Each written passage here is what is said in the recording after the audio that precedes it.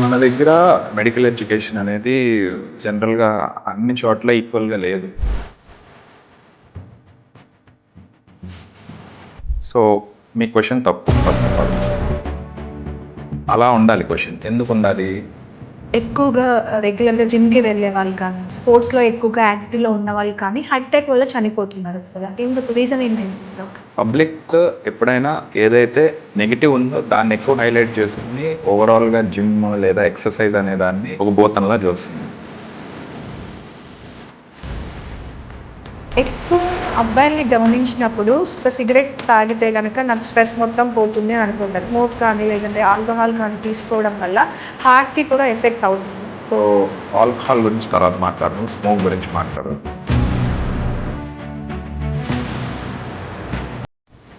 రేపు ఏమొస్తుందో మనకు తెలియదు. హార్ట్ ట్రాన్స్‌ప్లాంట్స్ ఒక మనిషిని ఎన్ని విధాలుగా కుదిరితే అన్ని విధాలుగా ఒక బైక్‌ని రిపేర్ చేసినట్టు రిపేర్ చేసే ఆప్షన్స్ అయితే మనకు వస్తున్నాయి. 100%. మేము బేసికల్లీ మెడికల్ ప్లంబర్స్.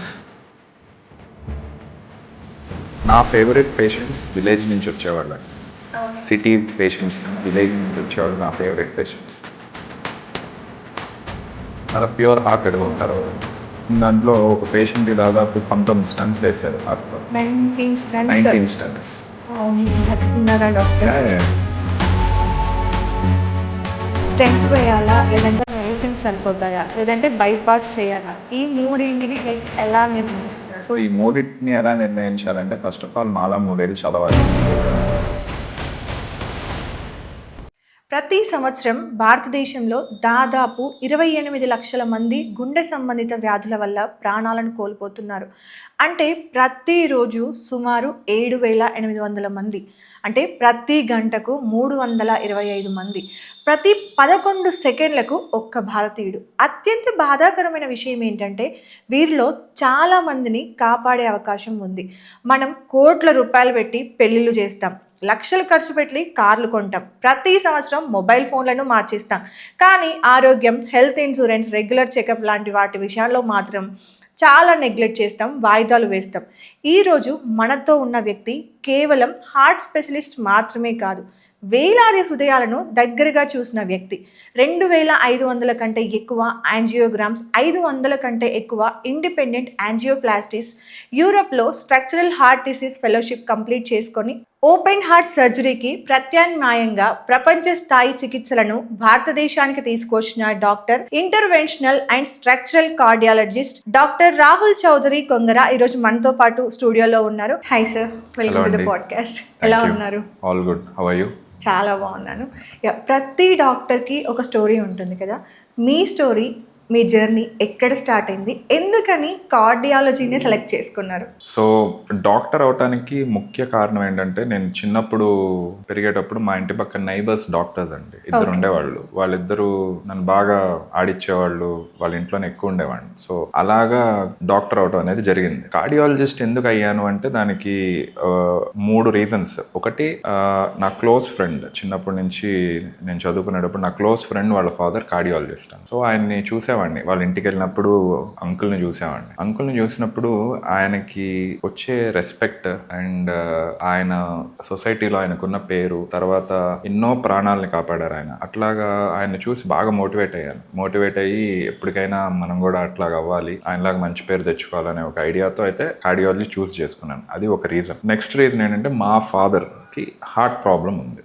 నేనే కార్డియాలజిస్ట్ అయితే నేను ఆయన ఎప్పుడు హార్ట్ ప్రాబ్లం రాకుండా చూసుకోవచ్చు అని ఒక ఇంట్రెస్ట్ తో కూడా కార్డియాలజీ తీసుకోవడం. Yeah, that is one thing. Third, ఇంకోటి ఏంటంటే cardiology is one branch where ఒక నొప్పితో వచ్చిన వాడిని ఇమ్మీడియట్ గా ట్రీట్మెంట్ చేసి వాళ్ళకి మనం పెయిన్ రిలీఫ్ క్రియేట్ చేయొచ్చు. అండ్ దాంతో పేషెంట్ చాలా త్వరగా రికవర్ అవుతారు అండ్ ఇన్స్టెంట్ గ్రాటిఫికేషన్ వస్తుంది మనకి. So these are the 3 things. ఈ 3 విషయాలు నన్ను కార్డియాలజీ తీసుకునేలాగా చేసింది అన్నమాట. ఓకే, ఇప్పటి వరకు కూడా అంటే ఇంత జర్నీలో మీరు మర్చిపోలేని ఎవరైనా పేషెంట్ ఉన్నారా? ఒక పేషెంట్ అంటూ లేరండి, చాలా మంది పేషెంట్స్ ఉన్నారు. అంటే every case is different and మర్చిపోలేని ఎక్స్పీరియన్సెస్ అంటే 1 కాదు 2 కాదు చాలా ఉన్నాయి. అంటే ఒక పేషెంట్ని వేరు చేసి చెప్పడం నాకు ఇష్టం లేదు. Every case is special to me because I learn so much from each and every case. అంటే ఒక కేస్ ట్రీట్మెంట్ చేసేటప్పుడు కానీ, ఒక కేస్ లేదా మనం ఏదైనా చిన్న సర్జరీ లాంటిది ఏదైనా చేసేటప్పుడు ఏం చేస్తే బాగుంటుంది, ఇది ఇలా చేయొచ్చు లేదా ఇది ఇలా చేసి ఉండొచ్చు అని ప్రతి కేసు నాకు ఏదో ఒకటి నేర్పించింది. అందుకని నాకు ఒక కేస్ని వేరు చేసి చూడటం అనేది I personally don't like. So ఒక స్పెషల్ కేస్ అంటూ ఏమీ లేదు, బట్ చాలా పేషెంట్స్ ఉన్నారు and it is because of the patients. వాళ్ళు నా మీద పెట్టుకున్న నమ్మకం కానీ అది దానివల్ల ఐఎమ్ వాట్ ఐఎమ్ టుడే. జనరల్గా అంటే ఎందుకు ఈ క్వశ్చన్ అడిగానంటే, మన దగ్గరికి ఎవ్రీడే చాలా మంది హార్ట్ పేషెంట్స్ వస్తూ ఉంటారు. అందులో స్టోరీ ఒక్కొక్క పేషెంట్ది ఒక్కో రకంగా ఉంటుంది. కొంతమంది విలేజెస్ నుండి వస్తారు, డాక్టర్ ఎలా అయినా సరే ఏదైనా చేసి కాపాడండి చెయ్యండి అని చెప్పి కొంతమంది మనల్ని పర్సనల్గా మన థాట్స్ని కూడా కదిలిస్తారనమాట. సో అందుకే ఇన్ని ఇయర్స్ ఆఫ్ 9 years ఆఫ్ జర్నీలో అలా మిమ్మల్ని కదిలించిన స్టోరీ కానీ, ఎవరైనా పేషెంట్ కానీ, మీ హార్ట్కి దగ్గరగా వచ్చిన పేషెంట్ ఎవరైనా ఉన్నారా? అందుకే ఈ క్వశ్చన్ అడిగాను అనమాట. సో నా ఫేవరెట్ పేషెంట్స్ విలేజ్ నుంచి వచ్చేవాళ్ళు అండి.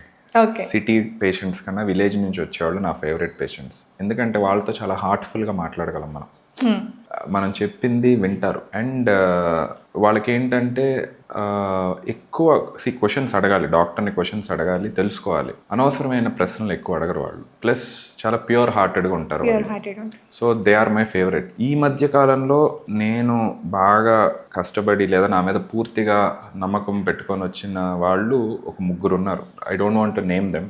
ఒకళ్ళు కర్నూలు నుంచి ఒకళ్ళు వచ్చారు. ఆల్మోస్ట్ కర్నూలులో ఇంకేం చేయలేము, చేతులు ఎత్తేసారనమాట. సో మనం స్పెషల్ ఎక్మో మెషిన్ పెట్టి వాళ్ళని ఇక్కడికి తీసుకొని వచ్చి పర్సనల్గా ట్రీట్మెంట్ చేసి పంపించాం. 6 నెలలు అయింది చేసి. He is very happy. ఆయన పనులు ఆయన చేసుకుంటున్నాడు. తర్వాత ఆయన లైఫ్ ఈజ్ ఆల్మోస్ట్ నార్మల్. దాని తర్వాత గుంటూరు నుంచి ఒక పేషెంట్ వచ్చారు. ఆయన కూడా అంతే, ఏం చేయలేము అది ఇది అన్నారు.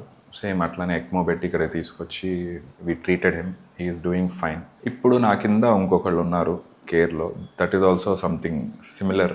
ఏమీ చేయలేము, హోప్స్ వదిలేశారు. సో ఫార్ రికవరీ బాగుంది. Hopefully he will get discharge soon. So ఇట్లాగా ఉన్నారు లైక్ కొంతమంది very very special cases. Okay. So generally cardiology అనగానే మనకి స్టంట్ వేస్తారేమో అని అనుకుంటారు చాలామంది. నేను కూడా నా చిన్నప్పుడు కార్డియాలజీ డాక్టర్, హార్ట్ డాక్టర్ అనగానే అమ్మో స్టంట్ వేస్తారేమో, ఏమో అవుతుందేమో అని అనుకుంటారు. కానీ ఇంటర్నేషనల్ స్ట్రక్చరల్ కార్డియాలజీ అంటే ఏంటి, దాన్ని ఎలా డిఫైన్ చేస్తాము ఏంటి? సో కార్డియాలజీ అనేది ఒక వాస్ట్ సబ్జెక్ట్ అండి. కార్డియాలజీ ముఖ్యంగా గుండెతో లేదా రక్తనాళాలతో ఏదైనా వ్యాధులు వస్తే దానికి సంబంధించి చేసే ట్రీట్మెంట్స్ కార్డియాలజిస్ట్ చేస్తారనమాట. మీరు కనుక చూసినట్టయితే మా టీచర్స్ లేదా మా టీచర్స్ ఏమి ప్రొసీజర్స్ చేసేవాళ్ళు కాదు. వాళ్ళు కేవలం పేషెంట్ని స్టెథోస్కోప్తో ఎగ్జామిన్ చేసి దాని తర్వాత ట్రీట్మెంట్ ఇచ్చేవాళ్ళు. నెక్స్ట్ జనరేషన్ కార్డియాలజిస్టులు ఏంటంటే ఎకో, మీకు ఇప్పుడు అల్ట్రాసౌండ్ స్కాన్ లాగా హార్ట్కి ఎకోడ్ స్కాన్ చేసి దాంతో ట్రీట్మెంట్స్ చేసేవాళ్ళు. ఆ నెక్స్ట్ జనరేషన్ కార్డియాలజిస్టులు ఏం చేసేవాళ్ళు అంటే ఇంటర్వెన్షన్స్ మొదలుపెట్టారు. అంటే కొన్ని ప్రాబ్లమ్స్కి ఆపరేషన్ లేకుండా రక్తనాళాల ద్వారా వెళ్ళి హార్ట్కి ట్రీట్మెంట్ చేయొచ్చు అని వాళ్ళు బయట వెస్ట్రన్ వరల్డ్లో కొంతమంది డాక్టర్స్ స్టార్ట్ చేస్తే దాన్ని మన వాళ్ళు కంటిన్యూ చేశారన్నమాట. మా జనరేషన్కి వచ్చేసేటప్పటికి స్టంట్స్ అంటే పూడుకుపోయిన రక్తనాళాలను ఓపెన్ చేయడానికి స్టంట్స్, పూడుకుపోయిన వాల్వ్స్, హార్ట్లో వాల్వ్స్ కూడా ఉంటాయి అన్నమాట, తలుపుల్లా ఉంటాయి. వాల్వ్స్ అంటే బేసికల్లీ తలుపులు. ఒక రూమ్ నుంచి ఒక రూమ్కి వెళ్ళటానికి మనకి తలుపు ఎలాగైతే అడ్డుగా ఉంటుందో వాల్వ్ కూడా అంతే. ఒక చేంబర్ నుంచి ఇంకో చేంబర్కి బ్లడ్ వెళ్లకుండా ఒకే డైరెక్షన్లో వెళ్ళడానికి వాల్వ్స్ అనేది ఉంటాయి. దాన్ని కూడా ఆపరేషన్ లేకుండా ట్రీట్మెంట్ స్థాయికి వచ్చింది. అలాగా it is an ever evolving field. రేపు ఏమొస్తుందో మనకు తెలియదు. హార్ట్ ట్రాన్స్ప్లాంట్స్ పెరిగిపోయినాయి. తర్వాత హార్ట్ ట్రాన్స్ప్లాంట్కి పేషెంట్ వెయిటింగ్ టైంని తగ్గించడానికి డివైజెస్ వచ్చినాయి. ఇంకా ఫ్యూచర్లో మనకి స్టెమ్ సెల్ థెరపీస్ వస్తున్నాయి. అంటే డ్యామేజ్ అయిన హార్ట్ని కూడా స్టెమ్ సెల్స్ ద్వారా పూర్తిగా రీజనరేట్ చేయటం. సో ఇట్లాగా కొత్త టెక్నాలజీస్ వస్తూ ఉన్నాయి, మేము నేర్చుకుంటున్నాము, పేషెంట్స్కి ఉపయోగపడుతున్నాయి. So it's an ever evolving field. ఒక మనిషిని ఎన్ని విధాలుగా కుదిరితే అన్ని విధాలుగా ఒక బైక్ని రిపేర్ చేసినట్టు రిపేర్ చేసే ఆప్షన్స్ అయితే మనకు 100%. మేము బేసికల్లీ మెడికల్ ప్లంబర్స్. అంటే ప్లంబర్స్ పని ఏంటండి, they have to fix pipes లేదన్న బ్లాక్స్ ఉంటే వాళ్ళు ఫిక్స్ చేస్తారు. ఎందుకంటే వాటర్ ఈజ్ ఎసెన్షియల్, మనిషికి బ్లడ్ ఎసెన్షియల్. ఎట్లాగైనా చేసి శరీరానికి రక్తాన్ని అందించాలి, అది మేము చేసే పని బేసికల్లీ. నెక్స్ట్ మనం డిస్కస్ చేసే టాపిక్ వచ్చేసి India's heart crisis. Okay. So భారతదేశం ప్రపంచ హార్ట్ అటాక్ క్యాపిటల్ అవుతుంది అని అంటున్నారు కదా! సో నిజంగా ఇది ఫ్యూచర్‌లో అవుతుందా? అంటే నంబర్ 1 పొజిషన్‌లోకి మన ఇండియానే వస్తుంది అనేది నిజమేనా? యాక్సెప్ట్ చేయొచ్చా మనం ఈ క్వెషన్‌ని? సో ఇండియాలో హార్ట్ ప్రాబ్లమ్స్ చాలా ఎక్కువ and I won't be surprised if you're in the top 3. Okay, Okay. Yeah, I won't be surprised. ఎందుకంటే హార్ట్ ప్రాబ్లం రావటానికి గల ఎలాగైతే డెవలప్ అవుతుందో ఆ డెవలప్మెంట్కి కావాల్సిన అన్ని బ్యాడ్ క్వాలిటీస్ మన ఇండియన్స్లో ఎక్కువ. ఓకే. చాలా బాధ చెప్పడానికి, బట్ అవన్నీ ఎక్కువ మనకి. ఒకటి డయాబెటీస్. మనది diabetes capital of world. So diabetes ఉన్న పేషెంట్స్ చాలామందికి హార్ట్ ప్రాబ్లమ్స్ అనేది వస్తాయి. Next BP. మనలో బీపీ కూడా ఎక్కువే చాలామందికి. ఎందుకు? ఒకటి స్ట్రెస్ వల్ల, లేదంటే నిద్ర తక్కువ పోవటం వల్ల, యాక్టివిటీ అంటే ఎక్సర్సైజ్ సరిగ్గా చేయకపోవటం వల్ల, వీటన్నిటి వల్ల బీపీ కూడా మనలో చాలా ఎక్కువ. మూడోది జెనెటిక్స్. మనది సౌత్ ఈస్ట్ ఏషియన్ జెనెటిక్స్. అంటే ఇండియా, పాకిస్తాన్, బంగ్లాదేశ్, ఈ చుట్టుపక్కల కంట్రీస్ అందరి మన సౌత్ ఈస్ట్ ఏషియన్ జెనెటిక్స్. మనది అన్ఫార్చునేట్గా మనకి జెనెటికల్గా మనం హార్ట్ ప్రాబ్లమ్స్ అంటే హార్ట్కి సంబంధించిన రక్తనాళాల్లో బ్లాక్స్ ఫామ్ చేసుకునే తత్వం ఎక్కువ మనకి. ఓకే, సో అదొకటి. మూడోది. నాలుగోది మనకి ఫుడ్. మనది మంచి ఫుడ్ చాలా, కాకపోతే మనమే దాన్ని సరిగ్గా తినట్లేదు. సో ఇట్లా ఇవన్నీ ఎక్కువ అవటం వల్ల. నెక్స్ట్ వచ్చేసి పొల్యూషన్. ఈ మధ్యకాలంలో పొల్యూషన్ ఎక్కువ అవటం వల్ల కూడా హార్ట్ ప్రాబ్లమ్స్ చాలా ఎక్కువ వస్తున్నాయి. సిటీస్ మీరు చూసుకుంటే హైదరాబాద్ నెంబర్ 1 ఢిల్లీ, ఆల్మోస్ట్. ముంబై, ఇవన్నీ highly populated and polluted cities. ఇలాంటి హై లెవెల్ ఆఫ్ పొల్యూషన్ ఉన్నప్పుడు హార్ట్ ప్రాబ్లమ్స్ కూడా ఇంక్రీజ్ అవుతున్నాయి. ఎందుకు? పార్టికులేట్ మ్యాటర్స్ ఉంటాయి మనకి. మనం పీల్చుకున్నప్పుడు ఆ పొల్యూటెడ్ పార్టికల్స్ లంగ్స్లోకి వెళ్ళి, తద్వారా సర్క్యులేషన్లోకి వెళ్ళి హార్ట్ వెజల్స్ని డ్యామేజ్ చేస్తున్నాయి. సో ఇట్లాగా రకరకాల కారణాల వల్ల హార్ట్ ప్రాబ్లమ్స్ అనేవి మనకి బాగా ఎక్కువైపోయినాయి ఇండియాలో. ఓకే. ఈ మధ్య ఎక్కువగా మనం అబ్జర్వ్ చేస్తే 30 to 40 ఇయర్స్ ఆఫ్ జనరేషన్ అంటే వీళ్ళకి ఎక్కువ హార్ట్ అటాక్స్ అనేవి వస్తున్నాయి అనేది మనం న్యూస్లో కానీ పేపర్లో కానీ చదువుతున్నాం కదా. ఎందుకని అంటే ఇంత చిన్న ఏజ్ వాళ్ళు ఈ హార్ట్ అటాక్కి కానీ హార్ట్కి సంబంధించిన వీటికి కానీ ఎందుకని అటాక్ అవుతున్నారు? ఎందుకు ఇబ్బంది పడుతున్నారు వీటితో? సో మీరు అడిగిన దానికి 2 రకాలుగా ఆన్సర్ చెప్తాను. ఒకటి, మనకి అవేర్నెస్ పెరిగింది, అంటే ఇన్ఫర్మేషన్ వస్తుంది ఇలాంటి ఏజ్ గ్రూప్ వాళ్ళకి హార్ట్ ప్రాబ్లమ్స్ వస్తున్నాయని. ఒకప్పుడు కన్నా ఇప్పుడు ఫాస్ట్గా మనకి ఇన్ఫర్మేషన్ వస్తుంది, దానివల్ల ఎక్కువ వస్తున్నాయని మీరు అంటున్నారు. రెండోది, నిజంగానే యంగ్ పీపుల్కి హార్ట్ ప్రాబ్లమ్స్ వస్తున్నాయి. సో యంగ్ పీపుల్కి హార్ట్ ప్రాబ్లమ్స్ ఎందుకు వస్తున్నాయి అంటే ఇప్పుడు చెప్పిన కారణాలే అందుకు ముఖ్యం. ఒబెసిటీ, నెక్స్ట్ వచ్చేసి స్ట్రెస్, నెక్స్ట్ వచ్చేసి పొల్యూషన్, నెక్స్ట్ వచ్చేసి జెనెటిక్స్. ఇవన్నీ ఏంటంటే మనకి ఇప్పుడు ఒక మంచి కూర చేయటానికి ఏంటంటే పదార్థాలు, ఇంగ్రీడియంట్స్ కావాలి. అలాగే ఇవన్నీ ఇంగ్రీడియంట్స్ అనమాట హార్ట్ ప్రాబ్లమ్స్ రావడానికి. సో ఇవన్నీ మిక్స్ అండ్ మ్యాచ్ అయ్యి యంగ్ పీపుల్ కూడా హార్ట్ అటాక్ వస్తుంది. జనరల్గా ఎలా ఉంటుందంటే, పేరెంట్స్కి హార్ట్ ప్రాబ్లం ఉందనుకోండి, సపోజ్ మీ ఇంట్లో మీ ఫాదర్ కానీ ఎవరికైనా హార్ట్ ప్రాబ్లం ఒక 60 ఏళ్లలో వచ్చిందనుకోండి, నెక్స్ట్ జనరేషన్ ఇమ్మీడియట్ కిడ్స్ అంటే వాళ్ళ పిల్లలకి, ఎస్పెషల్లీ మేల్స్కి ఒక 10 ఏళ్ళు ముందల అంటే 50 ఇయర్స్లో హార్ట్ ప్రాబ్లం వచ్చే అవకాశం ఉంది. ఇది నేను చెప్తుంది కాదు, ఇది స్టడీస్. నెక్స్ట్, మీ బ్రదర్ కానీ మీ సిస్టర్ కానీ హార్ట్ ప్రాబ్లం ఉంటే మీకు 40% హార్ట్ ప్రాబ్లం వచ్చే అవకాశం ఎక్కువ.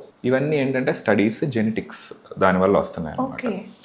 సో మన తల్లిదండ్రుల కన్నా వాళ్ళకి హార్ట్ ప్రాబ్లం ఉంటే మనకు ఒక 10 ఏళ్ళు ఇంకా ఎర్లీగా హార్ట్ ప్రాబ్లం వచ్చే అవకాశం ఉంది. అలానే వస్తుంది అనట్లేదు, అవకాశం ఉంది. సో మనం ఎక్కువ జాగ్రత్తగా ఉండాలి. ఓకే, లైక్ అంటే ఇప్పుడున్న ఈ యంగ్ పీపుల్ ఎలాంటి జాగ్రత్తలు తీసుకోవాలి? సో మోస్ట్ ఇంపార్టెంట్ ఈజ్ కొన్ని మనం కంట్రోల్ చేయగలం, కొన్ని మనం కంట్రోల్ చేయలేం. మనం కంట్రోల్ చేసేది ఏంటి? Most important thing is diet, exercise, sleep, stress, next వచ్చేసి ప్రోయాక్టివ్గా చెకింగ్ చేయించుకోవడం. ఈ 5 మాత్రమే మనం కంట్రోల్ చేయగలం. మిగతాయి మనం అన్ఫార్చునేట్గా ఇప్పుడు కంట్రోల్ చేయలేం. సో ఈ 5 కొంచెం జాగ్రత్తగా ఎర్లీ ఏజ్లో నుంచి కొంచెం చూసుకొని జాగ్రత్తగా కంట్రోల్ చేసుకుంటా ఉంటే దాదాపు చాలా వరకు ఈ హార్ట్ ప్రాబ్లమ్స్ నుంచి మనం బయటపడవచ్చు.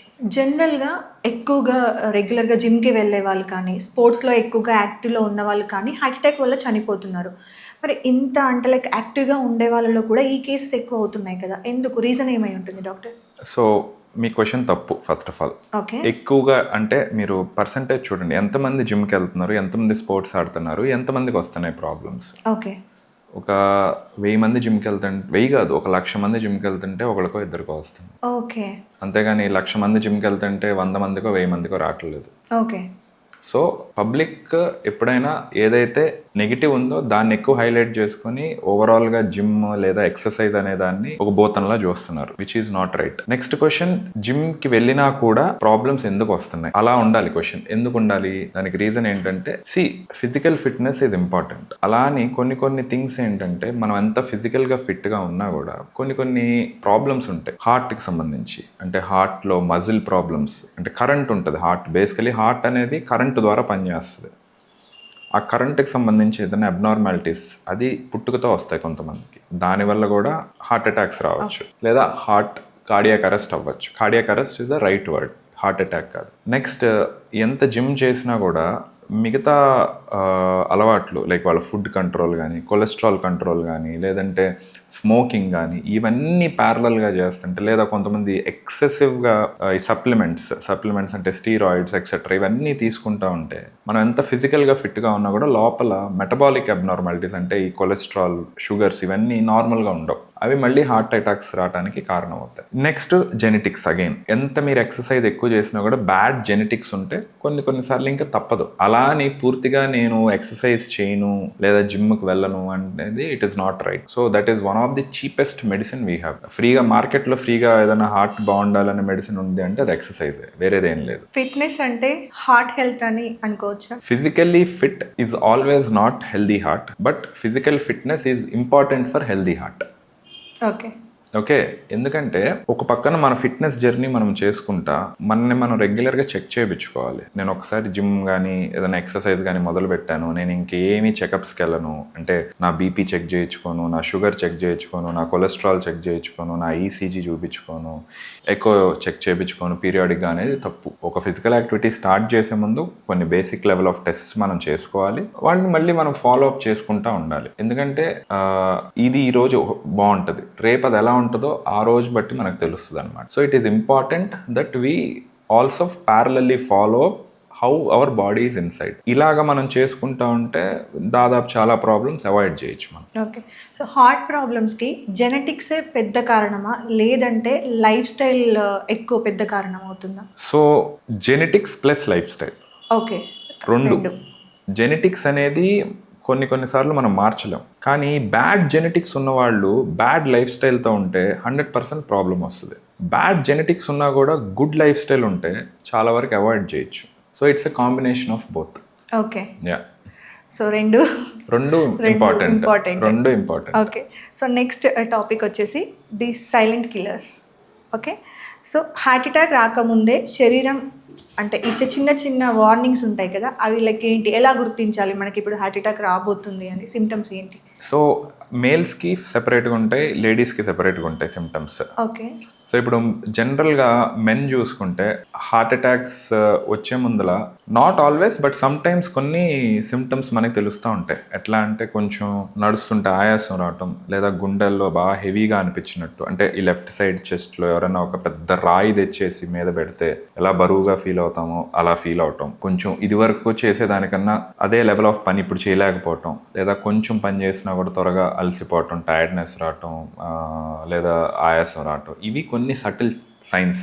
దాంతోపాటు కొంతమందికి హార్ట్ అటాక్ లాంటి పెయిన్ వచ్చిపోతా ఉంటుంది కంటిన్యూస్గా ఉండకుండా. అంటే ఇక్కడ మెడ దగ్గరికి కానీ, గొంతు దగ్గరికి కానీ, ఎడం చేతికి కానీ లాగేసినట్టు పెయిన్ ఉంటుంది అనమాట. ఇవన్నీ కొన్ని సటిల్ చేంజెస్, సటిల్ సైన్స్ మెన్కి. ఇలానే లేడీస్కి ఉంటాయంటే వాళ్ళకు కొంచెం డిఫరెంట్గా ఉంటాయి అనమాట. లేడీస్లో జనరల్గా వాళ్ళు until they achieve there menopause, అంటే వాళ్ళ యాక్టివ్ మెన్స్ట్రుయల్ సైకిల్ ఉన్నంత వరకు జనరల్గా హార్ట్ ప్రాబ్లమ్స్ రావు. ఎందుకంటే వాళ్ళకి ఒక ప్రొటెక్టివ్ హార్మోన్ ఈస్ట్రోజన్ ఉంటుంది. సో అప్పటి వరకు వాళ్ళు రిలేటివ్లీ సేఫ్. అలా అని 100% రావంటే వచ్చిన వాళ్ళు కూడా చాలామంది ఉన్నారు. సో లేడీస్కి మెనోపాజ్ వరకు జనరల్గా హార్ట్ ప్రాబ్లమ్స్ తక్కువ. మెనోపాజ్ తర్వాత మగవాళ్ళకి ఎలా ఉంటుందో ఆడవాళ్ళకి కూడా అదే లెవెల్ ఆఫ్ హార్ట్ ప్రాబ్లమ్స్ వస్తాయి. సో లేడీస్కి జనరల్గా ఎలా ఉంటుందంటే చిన్న వయసులో హార్ట్ ప్రాబ్లమ్స్ వచ్చే వాళ్ళకి బాగా టైర్డ్నెస్ ఎక్కువ, ఆయాసం, కళ్ళు తిరిగినట్టు, వామిటింగ్ సెన్సేషన్స్ లా రావటం, లేదా చాలాసార్లు గ్యాస్ ట్రబుల్ అనుకొని మనం హార్ట్ ప్రాబ్లమ్ని నెగ్లెక్ట్ చేస్తూ ఉంటాం అనమాట. ఇట్లాగా కొన్ని చిన్న సైన్స్ వస్తూ ఉంటాయి. సో దాన్ని మనం ఎలా ఐడెంటిఫై చేయొచ్చు అంటే, ఫస్ట్ ఆఫ్ ఆల్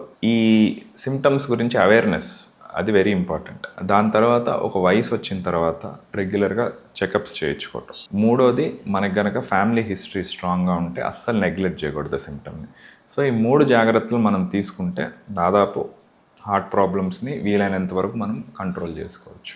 జనరల్లీ ఒక క్వశ్చన్ ఎప్పుడూ ఉంటుందన్నమాట, యంగ్స్టర్స్ ఎన్ని డేస్కి ఒకసారి కామన్ హెల్త్ చెకప్ అనేది చేయించుకోవాలి, అండ్ 50 అబవ్ ఉన్న వాళ్ళు ఎన్ని అంటే లైక్ మంత్స్కి ఒకసారి చెకప్ అనేది చేయించుకుంటూ ఉండాలి? అసలు హెల్త్ చెకప్ అనేది ఎలా ప్లాన్ చేసుకోవాలి మనం? సో నేను మిగతా హెల్త్ చెకప్స్ గురించి మాట్లాడను, ఓన్లీ హార్ట్ హెల్త్ చెకప్ గురించి మాట్లాడతాను. ఓకే. హార్ట్ హెల్త్ చెకప్కి ముఖ్యంగా మనం చేయించుకోవాల్సింది cholesterol test, sugar test, ECG, అవసరమైతే ఎకో. ఒకప్పుడు మనం 40 ఏళ్ల తర్వాత చేయించేవాళ్ళం. ఈ రోజు కొత్త గైడ్ లైన్స్ వచ్చినాయి. అంటే ఈ రోజు అంటే ఈ మధ్యకాలంలో కొలెస్ట్రాల్కి సంబంధించి గైడ్ లైన్స్ వచ్చినాయి. చిన్న వయసులోనే అంటే 17 ఏళ్ల దగ్గర నుంచి ఎవరికైతే స్ట్రాంగ్ ఫ్యామిలీ హిస్టరీ ఉందో, అంటే సపోజ్ మీ ఇంట్లో ఎవరికన్నా హార్ట్ ప్రాబ్లం ఉందనుకోండి, హార్ట్ అటాక్ కానీ హార్ట్ స్టంట్ కానీ బైపాస్ కానీ వేయించుకుంటే వాళ్ళ పిల్లలకి 17 నుంచి 16 ఏళ్ల నుంచే కొలెస్ట్రాల్ టెస్టులు చెక్ చేయించాలండి. ఎందుకు అంటే కొలెస్ట్రాల్ అనేది అప్పటి నుంచి పెరుగుతా ఒక వయసు వచ్చేటప్పటికి బ్లాక్స్ లాగా బయటపడుతుంది. సో ఇలాంటి ఫ్యామిలీ హిస్టరీ ఉన్న వాళ్ళు స్టార్ట్ ఎర్లీ. అదర్వైజ్ మన ఇండియాలో నన్ను అడిగితే 30 years is the right age for you to get whole body checkup. అంటే కొలెస్ట్రాల్, షుగర్, ఈసీజీ, ఎకో, అవసరమైతే ఒక థ్రెడ్మిల్ టెస్ట్. ఇలాగా ప్రతి సంవత్సరానికైతే సంవత్సరం ఏమీ లేదు, నార్మల్గా ఉందనుకోండి 2 ఏళ్ళకి ఒకసారి చేయించండి, లేదా ఫస్ట్ ఇయర్ ఏదైనా అబ్నార్మాలిటీ ఉంటే ఫాలో అప్గా ఇంకో ఇయర్ చేయించండి. So 30 is a good age according to me. Okay. So నార్మల్గా మనకి ఇప్పుడు ఇంతకుముందు మీరు చెప్పిన క్వశ్చన్లో సిమ్టమ్స్ ఏవైతే ఉన్నాయో ఇవన్నీ వచ్చినప్పుడు కొంతమంది ఎసిడిటీ అనుకొని ఇగ్నోర్ చేస్తూ ఉంటారు. లైక్ ఈనోనో లేదంటే అప్పటి వరకు ఇది తగ్గడానికి ఏదో ఒకటి మెడిసిన్ తీసుకోవడం, మెడికల్ షాప్కి వెళ్ళి అలా చేస్తూ ఉంటారు కదా. ఇలాంటి వాళ్ళకి అంటే లైక్ మనం ఎలా గైడ్ చేయగలం, అది ఎసిడిటీ కాదు, ఇలా వెళ్ళి చెక్ చేయించుకోండి ఏంటి అని? ఎసిడిటీకి సిమ్టమ్స్ లైక్ ఏంటి అంటే రెండింటికి డిఫరెంట్గా ఉంటాయా సిమ్టమ్స్ అనేవి? కొన్ని సార్లు 2 సిమ్టమ్స్ ఒకలానే ఉంటాయండి. అన్ఫార్చునేట్ అది. ఎందుకంటే మనకి ఇక్కడ కడుపులో మంట ఎలాగ వస్తుందో ఒక్కోసారి హార్ట్ వెళ్ళే బ్లడ్ బ్లాక్ అయినా కూడా అంతే వస్తుంది. దీనికి కరెక్ట్గా ఆన్సర్ చెప్పాలంటే పబ్లిక్ అర్థమయ్యేటట్టు, మీకు ఎప్పుడైనా గుండెల్లో లేదా ఇక్కడ మంట లాగా అనిపిస్తే ఏం చేయకుండా ఫస్ట్ ఈసీజీ ఒకటి తీపించుకోండి. ఈసీజీలో చాలా వరకు మనకు ప్రాబ్లం తెలుస్తుంది. ఒకవేళ మనకు కనుక ఈసీజీలో ప్రాబ్లం లేదు అంటే అప్పుడు మీరు ఇది గ్యాస్ ట్రబులా, హార్ట్ ప్రాబ్లమా అని ఆలోచించడం మొదలుపెట్టారు. So if you have any doubt, గుండెకి సంబంధించి మంటలాగా కానీ ఏదన్నా అనిపించి కాదు ఇది గ్యాస్ ట్రబుల్ అని నెగ్లెక్ట్ చేయొద్దు. ఒక ఈసీజీ ఫస్ట్ తీర్చుకోండి. So that this is the message I want to give to public. Silent heart attack అంటే ఏంటి doctor? So silent heart attacks జనరల్గా షుగర్ పేషెంట్స్లో చూస్తాం. షుగర్ బాగా హైగా ఉండి లేదా అన్కంట్రోల్ షుగర్ ఉన్న పేషెంట్స్కి ఏంటంటే నొప్పి నార్మల్గా ఫీల్ అవరు. అంటే వాళ్ళు హార్ట్కి వెళ్ళే బ్లడ్ సప్లై బ్లాక్ అయిపోతుంది, కాకపోతే వాళ్ళకి సిమ్టమ్ రాదు. సో ఇలాంటి వాళ్ళు ఏంటంటే ఆయాసంతో, కాళ్ళ వాపులు లేదా ఊపిరి తీసుకోవడానికి కష్టపడి ఇట్లాంటి సిమ్టమ్స్తో మా దగ్గరికి వస్తారు. ఇలాగ ఎవరైతే వస్తారో వాళ్ళని మనం సైలెంట్ హార్ట్ అటాక్స్ అంటాం అన్నమాట. ఓకే. అది సిమ్టమ్స్ లేకుండా హార్ట్ అటాక్ లక్షణాలు బయటపడితే దాన్ని సైలెంట్ హార్ట్ అటాక్ అంటాం. సో ఇలాంటి లైక్ సిమ్టమ్ అంటే కాళ్ళు వాపులు రావడం కానీ, ఆయాసం ఎక్కువ అనిపించడం కానీ ఏజ్డ్ ఉన్న వాళ్ళకి సో వెంటనే డాక్టర్ని అప్రోచ్ అవ్వడం అనేది చాలా బెటర్. 100%. సో వాళ్ళకి తెలియదు కూడా కదా డాక్టర్ కొన్ని టైమ్స్ నిజంగా హార్ట్లో నాకు ఇలా అవుతుంది అని. తెలియదు, రిస్క్ ఇది. తెలియదు.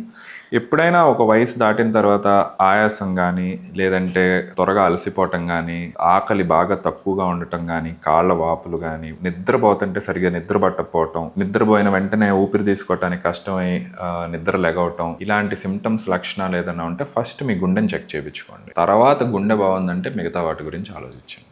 కొన్నిసార్లు అంటే నేను చిన్నప్పుడు వినేదాన్ని అనమాట, ఇది ఎంతవరకు నిజం అనేది నాకు తెలీదు, సైలెంట్గా నిద్రలోనే చనిపోయారు, హార్ట్ అటాక్ వచ్చి ఉంటుంది అని చెప్పి మాట్లాడుతూ అంటే చెప్తూ ఉండేవాళ్ళు అమ్మ నాన్న వాళ్ళు కానీ పక్కన వాళ్ళు కానీ. నిజంగా సైలెంట్గా నిద్రలోనే హార్ట్ అటాక్ వచ్చి అప్పటికప్పుడే ప్రాణం పోయి అసలు నొప్పి కూడా తెలియకుండా ఇలాంటివి అవుతూ ఉంటాయి కేసెస్? అవుతాయి, జనరల్గా అవుతాయి. ఎర్లీ మార్నింగ్స్ ఎక్కువ అవుతాయి. ఓకే. ఎందుకంటే కొన్నిసార్లు ఏమవుతుందంటే ఇందాక మనం అనుకున్నట్టు బాగా షుగర్ ఎక్కువ ఉన్న వాళ్ళకి సిమ్టమ్స్ తెలియదు, మ్యాసివ్ అటాక్ వచ్చి అయిపోద్ది. ఒక్కొక్కసారి హార్ట్కి వెళ్ళే బ్లడ్ బ్లాక్ అవటం వల్ల హార్ట్లో కరెంట్ అబ్నార్మల్గా బిహేవ్ చేస్తుంది, షార్ట్ సర్క్యూట్ అవుద్ది. సో ఆ షార్ట్ సర్క్యూట్ అయినప్పుడు ఫ్రాక్షన్ ఆఫ్ సెకండ్స్లో దే విల్ డై. సో మీరు విన్నది నిజమే, మేము చూస్తూ ఉంటాం అన్నమాట. ఓకే. ఎందుకంటే ఇది చిన్నప్పుడు ఎక్కువగా అబ్జర్వ్ చేసేవాళ్ళం అనమాట. మన నానమ్మ కానీ తాతయ్య కానీ అలాంటి వాళ్ళ ఏజ్లో ఉన్న వాళ్ళు సడన్గా మార్నింగ్ కల్లా లేచేసరికి చనిపోయి ఉంటారనమాట. ఏమైంది అంటే నిద్రలోనే చనిపోయారు, హార్ట్ అటాక్ వచ్చింది అని చెప్తారు. డాక్టర్స్ దగ్గర కూడా మనం వెళ్ళాం కదా, సో ఇది నిజంగా వాస్తవమేనా కాదని ఒక డౌట్ ఉండిపోయింది. 100% అలాంటి కేసెస్ చూస్తూ ఉంటాం. స్ట్రెస్ని నిజంగా హార్ట్ అనేది లైక్ ఇప్పుడు మీరు చెప్పిన ఈ అటాక్స్ అనేవి బ్లాక్ చేయగలుగుతాయా? అంటే స్ట్రెస్ అనేది నిజంగా హార్ట్కి చాలా పెద్ద డేంజర్ ఎఫెక్ట్ ఏమైనా చూపిస్తుందా? 100% చూపిస్తుందండి. ఎందుకంటే స్ట్రెస్ తీసుకుంటే ఆటోమేటిక్గా బీపీ పెరుగుద్ది. ఓకే. మనలో స్ట్రెస్ హార్మోన్స్ పెరుగుతాయి. ఈ స్ట్రెస్ హార్మోన్స్ ఏం చేస్తాయి, బ్లడ్ ఫ్లోని బాగా ఫాస్ట్గా పంప్ చేస్తానికి కారణం అవుతూ ఉంటాయి. దానివల్ల బ్లడ్ వెజల్స్లో లోపల లైనింగ్స్ ఉంటాయి, ఆ లైనింగ్స్ డ్యామేజ్ అవుతూ ఉంటాయి. ఎక్కడైతే డ్యామేజ్ అవటం మొదలుపెట్టినాయో అక్కడ బ్లడ్ కొలెస్ట్రాల్ వెళ్ళి ప్లాక్స్ ఫామ్ చేస్తూ ఉంటుంది అనమాట. సో స్ట్రెస్ అనేది is a very very very important issue for heart problem. So heart ప్రాబ్లమ్స్కి స్ట్రెస్ అనేది there is no second thought, it's a very important thing. ఎక్కువ అబ్బాయిల్ని గమనించినప్పుడు స్ట్రెస్ ఎక్కువ అవుతుంది అని, హెడేక్ ఎక్కువ అవుతుంది అని చెప్పేసి, లైక్ టెన్షన్ ఎక్కువగా ఉంది, వర్క్ స్ట్రెస్ అని కానీ ఇలాంటివి చూసినప్పుడు ఇమీడియట్గా రిలీఫ్ కోసం అని చెప్పేసి స్మోక్ చేస్తూ ఉంటారు. ఒక సిగరెట్ తాగితే కనుక నాకు స్ట్రెస్ మొత్తం పోతుంది అని అనుకుంటారు. నిజంగా అంత స్ట్రెస్ లెవెల్స్ ఉన్నప్పుడు స్మోక్ కానీ లేదంటే ఆల్కహాల్ కానీ తీసుకోవడం వల్ల హార్ట్కి కూడా ఎఫెక్ట్ అవుతుందా? సో ఆల్కహాల్ గురించి తర్వాత మాట్లాడదాం, స్మోక్ గురించి మాట్లాడదాం. స్ట్రెస్ ఎక్కువ అవుతుందని చెప్పి స్మోక్ చేస్తారు. స్మోకింగ్ చేయటం వల్ల నికోటిన్ అనే మాలిక్యూల్ ఉంటుంది. ఆ మాలిక్యూల్ వెళ్ళి బ్రెయిన్లో కొంచెం రిలాక్సేషన్ కాజ్ చేస్తుంది. కానీ దానికి డౌన్ సైడ్ ఏంటంటే అదే సిగరెట్లో తార్ ఉంటుంది, ఆ తార్ వెళ్ళి బ్లడ్ వెజల్స్ని ఇంకా ఎక్కువ డ్యామేజ్ చేస్తుంది. సో వీళ్ళు స్ట్రెస్ అయ్యి హార్ట్కి ఇంకా ఎక్కువ స్ట్రెస్ ఇస్తున్నారు స్మోక్ చేసి. So smoking is the world's leading cause of heart problems. So any form of tobacco, అది స్మోక్లో కానీ లేదంటే చూవబుల్ ఫార్మ్స్, కొన్ని గుట్కా కైని పాన్ పరాగి తీసుకుంటారు కదా, ఇవన్నీ హార్ట్ ప్రాబ్లమ్స్ వస్తాయి. హార్టే కాదు, బ్రెయిన్కి వెళ్ళే బ్లడ్ సప్లైలో ఇష్యూస్ వస్తాయి, కాళ్ళకి వెళ్ళే బ్లడ్ సప్లైలో ఇష్యూ వస్తుంది, మన ఇంటెస్టైన్స్కి వెళ్ళే అంటే మన stomach, small intestine, large intestine వాటికి వెళ్ళే బ్లడ్ సప్లైలో ప్రాబ్లం వస్తుంది. So tobacco, smoking is a very very very very bad thing, no second thought. ఈ క్వశ్చన్ ఇక్కడ అడగాలో లేదో తెలియదు, ఇఫ్ ఒకవేళ రాంగ్ అయితే ప్లీజ్ డోంట్ మైండ్. నేను చాలామంది హాస్పిటల్స్ బయట అబ్జర్వ్ చేస్తే ఒక కంపల్సరీ ఒక పాన్ డబ్బా, ఒక టీ కొట్టు అయితే ఉంటుంది 100%. అక్కడ ఒక సైడ్ పేషెంట్స్ రిలేటివ్స్ ఉంటారు, ఇంకొక సైడ్ డాక్టర్స్ ఉంటారు స్మోక్ చేస్తూ.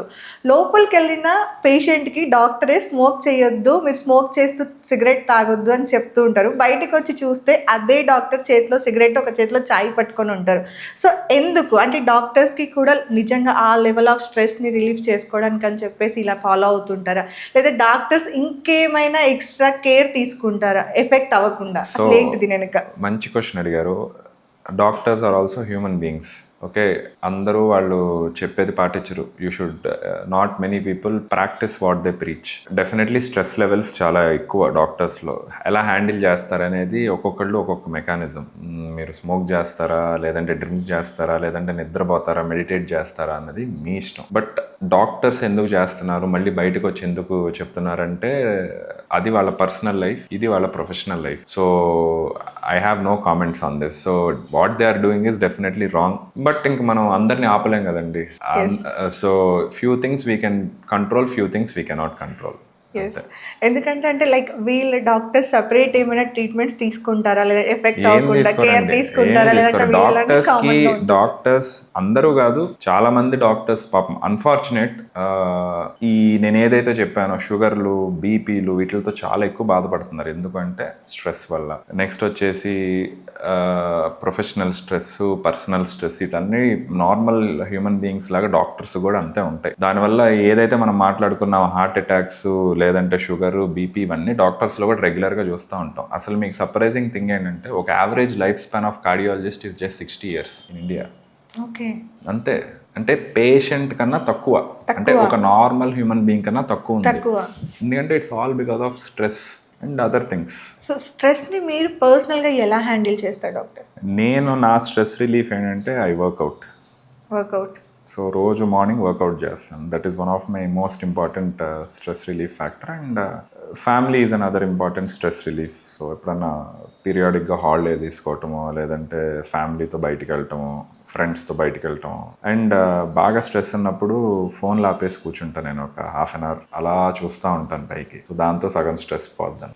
నిజంగా డాక్టర్స్కి హాలిడేస్ ఉంటాయండి? హాలిడేస్, వెకేషన్స్, ఫ్యామిలీ ట్రిప్స్ ఇలాంటివి పాసిబుల్ అవుతూ ఉంటాయా మీకు? అంటే చేయటం కష్టమేమి కాదు, కాకపోతే మన ఇండియాలో కొంచెం తక్కువే మిగతా చోట్లతో పోల్చుకుంటే. ఇప్పుడు మీరు యూరోప్లో కానీ యుఎస్లో కానీ చూస్తే వాళ్ళకి పెయిడ్ లీవ్స్ ఉంటాయి. అంటే ఒక 6 weeks మీరు హాస్పిటల్కి వచ్చినా రాకపోయినా యూ విల్ బి పెయిడ్. అలాంటి కాన్సెప్ట్స్ మన ఇండియాలో అన్ని హాస్పిటల్స్లో లేవు, కొన్నిట్లో ఉన్నాయి కానీ అన్నిట్లో లేవు. నెక్స్ట్ వచ్చేసి మనది వీకెండ్ కాన్సెప్ట్ మనది తక్కువ. అక్కడ సాటర్డే సండే స్ట్రిక్ట్ హాలిడే.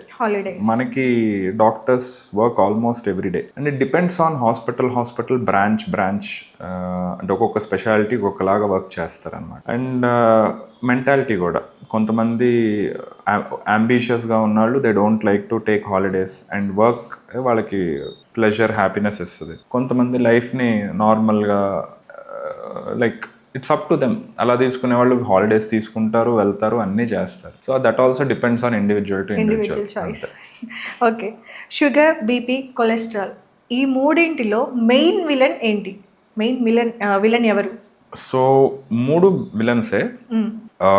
ఎక్కువ విలన్ ఏది అంటే నా దృష్టిలో షుగర్ అన్నిటికన్నా ముఖ్యం. షుగర్ తర్వాత ఐ విల్ రేట్ బీపీ, తర్వాత కొలెస్ట్రాల్ పెడతాను నేను. సో షుగర్ కంట్రోల్ అయితే ఆటోమేటిక్గా మీకు బీపీ కూడా కొంతవరకు కంట్రోల్ వస్తుంది, కొలెస్ట్రాల్ కూడా కంట్రోల్ అవుతుంది. సో అందుకే నేను షుగర్ని ఫస్ట్ పెట్టాను. ఓకే, సో జనరల్లీ అమ్మాయిల్లో చూసుకుంటే చిన్న ఏజ్లోనే లైక్ ఈ షుగర్ అటాక్ అవ్వడం అనేది చాలా జరుగుతూ ఉంటుంది. ఎందుకని అంటే ఈ మధ్య అమ్మాయిల్లో మరీ ఎక్కువ అయిపోయిందని చెప్పొచ్చు. నాకు తెలిసిన సరౌండింగ్స్లోనే చాలామంది షుగర్ టెస్ట్కి వెళ్తూ వస్తూ ఉంటారనమాట. ఎందుకు ఏంటి ప్రాబ్లం అని అంటే దానికి అసలు నాకు పర్సనల్ డౌట్ అనమాట, ఎందుకు ఇలా అవుతూ ఉంటుంది అమ్మాయిలకి? So I'm not an expert in this. అమ్మాయిలకి షుగర్ ఎందుకు వస్తుందంటే అది మీరు ఐదర్ ఒక ఎండోక్రైనాలజిస్ట్ కానీ లేదా గైనకాలజిస్ట్తో మాట్లాడండి, లేదా మెడిసిన్ వాళ్ళతో. బట్ నేను అనుకోవటం ఏంటంటే it is life style and obesity. Okay, and pregnancy related issues కూడా ఏదైనా అయి ఉండొచ్చు. సో వీటి వల్ల జనరల్గా షుగర్స్ ఎక్కువ అవుతున్నాయని నేను అనుకుంటున్నాను. ప్లస్ మన ఇండియాలో ఒబెసిటీ లెవెల్స్ చాలా ఎక్కువ. సో ఆ ఒబెసిటీ లెవెల్స్ వల్ల ఇన్సులిన్ రెసిస్టెన్స్ పెరిగి షుగర్స్ ఇవన్నీ కామన్గా చూస్తున్నాం అన్నమాట. డయాబెటీస్ ఉన్న వ్యక్తికి కంపల్సరీ హార్ట్ అటాక్స్ వచ్చే ఛాన్స్ ఉందా? లైక్ టోటల్ తన కంపల్సరీ అని చెప్పలేమండి, వచ్చే అవకాశం ఎక్కువ. ఏది కంపల్షన్ లేదు మెడిసిన్లో 100% అని ఏది చెప్పలేము. ఇప్పుడు ఒక పేషెంట్కి నేను 100% గ్యారంటీ ఎప్పుడు ఇవ్వను, ఎందుకంటే వీఆర్ నాట్ గాడ్స్. ఎప్పుడైనా రిస్క్ చెప్తాం అనమాట. సో ఏది 100% చెప్పలేము అసలు. It can happen. మేము ఏదైనా మాట్లాడుతుంటే అది నేను చదువుకుందో ఒక పుస్తకంలోనో, లేదంటే ఒక ఆర్టికల్లోనో, ఒక జర్నల్లోనో ప్రజెంట్ చేసింది, లేదా చదివింది, లేదా నేను ఒక లార్జ్ గ్రూప్ ఆఫ్ పేషెంట్స్ మీద చూసింది మాట్లాడతాను. అంతేగాని ప్రెడిక్ట్ చేయలేను నేను. You should not predict in medicine. You should have a scientific evidence to back what you are speaking. That is very important. Okay, ఒక మనిషికి స్లీప్ అనేది ఎన్ని అవర్స్ ఉండాలి? ఎన్ని అవర్స్ నిజంగా స్లీప్ వెళ్తే ఈ హార్ట్ అటాక్ నుండి మనం ఎస్కేప్ అవ్వచ్చు? హెల్త్ హార్ట్ కోసం స్లీప్ అనేది ఈజ్ వెరీ ఇంపార్టెంట్. మన రెమ్ స్లీప్ బాగుండాలి. రెమ్ స్లీప్ చాలా సౌండ్గా బాగుండాలి. So average I would say around 6 to 8 hours sleep is good. Anything less than 6 hours is not good. And again కొంతమంది తక్కువ నిద్రపోయి కూడా గుడ్ క్వాలిటీ స్లీప్ వెళ్తారు, అంటే రెమ్ స్లీప్ బాగుంటుంది వాళ్ళు. For them that is also okay. So REM sleep అనేది చాలా ఇంపార్టెంట్ అనమాట. అంటే మీరు డీప్ స్లీప్లోకి వెళ్తారు కదా, that is REM sleep. So అది బాగుంటే హార్ట్ హెల్త్ బాగుంటుంది. డిస్టర్బ్ స్లీప్ ఉండకూడదు. Disturb sleep is not at all good. Sound sleep is important. నిజంగా అంటే లైక్ ఇది డాక్టర్స్కి నిజంగా 6 to 8 hours ఆఫ్ స్లీప్ దొరుకుతుందా రియాలిటీలో డాక్టర్స్కి ఎస్పెషల్లీ? అది కూడా అగైన్ ఇందాక చెప్పినట్టే it depends on the speciality, it depends on the type of person you are. నిద్రపోవాలంటే నిద్రపోవచ్చు, నేను పోను అంటే పోరు కొంతమంది, అంతే.